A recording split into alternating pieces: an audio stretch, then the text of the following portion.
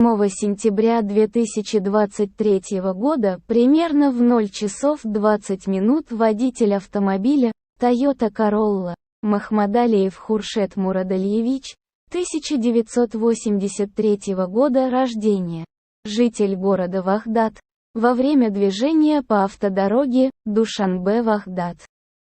На территории улицы из-за высокой скорости рудаки не справился с управлением транспортным средством, выехал на встречную полосу дороги и столкнулся с грузовиком «Далун», которым управлял водитель Идиев Саидахмат Ашурович, 1973 года рождения, житель Шашахинского района.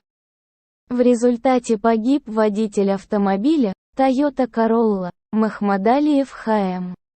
и пассажиры Махмадалиева София Хуршедовна, 2006 года рождения, Махмадалиев Юсуфжан Хуршедович, 2011 года рождения, жители города Вахдат, получили тяжелые ранения и скончались на месте.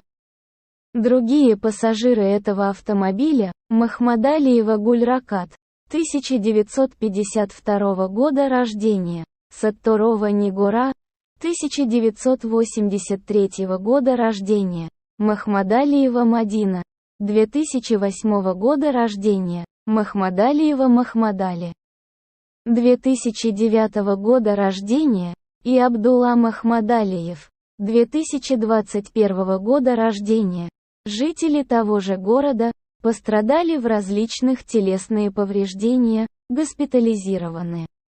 Расследование этих инцидентов продолжается.